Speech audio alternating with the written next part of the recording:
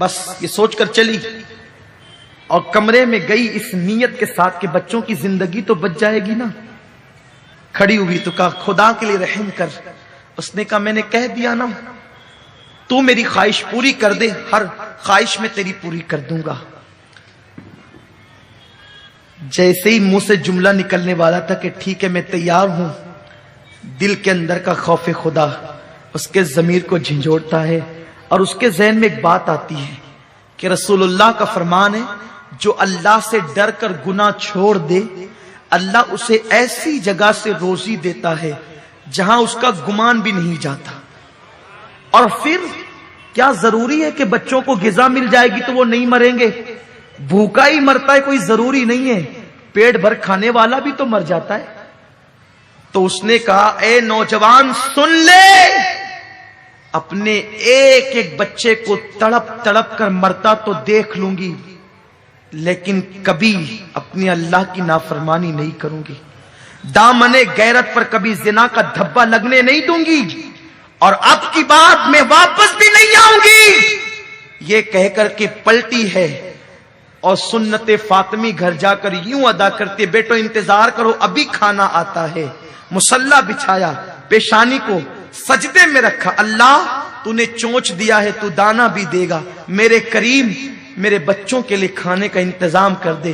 جملے مکمل نہ ہوئے تھے, دروازے پہ دستک ہوئی, سر اٹھا کر کے دروازہ کھولا, وہ جوان کھڑا تھا, اس کے ساتھ اور بھی اس کے نوکر تھے. لڑکی نے گرج کر پوچھا اب کیوں آیا ہے؟ کہا مجھے معاف کر دے, جب تو غریب ہو کر اللہ سے اتنا ڈرتی ہے, زنا نہیں کرتی, برائی نہیں کرتی, مجھے مالدار ہو کر اللہ سے کتنا ڈرنا چاہیے. آج کے بعد میرا دل بدل چکا ہے, اب تو کیا, میں کسی عورت کو بری نظر سے نہیں دیکھوں گا. میری بہن لے اور یہ تحفہ قبول کر لے, آج کے بعد میں تجھے بہن کہتا ہوں.